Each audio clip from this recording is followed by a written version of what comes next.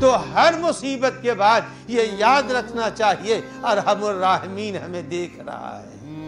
میرے لیے اپنے پاس سے ایک ایسا سلطان بھیج جو ہمیشہ مدد کرے۔ انفاق فی سبیل اللہ ولیعہد ہے، آپ خود دیکھیں جو ولیعہد ہو اللہ نے اسے کتنا یعنی ظاہری مال بھی نوازا ہے۔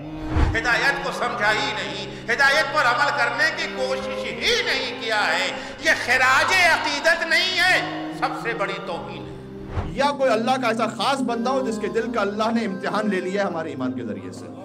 خبردار نظر رکھنا اور حق ادا کرنا بالماء والارض، حیوانوں کی بھی، پانی کی بھی، زمینوں کی بھی خیال رکھنا اور ان کا حق ادا کرنا۔ یہ کون ہے جس نے ایسا کان بنایا کہ میں کان سے سنتا ہوں اور پھر ذہن سے اس کو سمجھتا ہوں؟ یہ کون ہے جو مجھے توفیق دیتا ہے کہ میرا ہاتھ کیسے چلے؟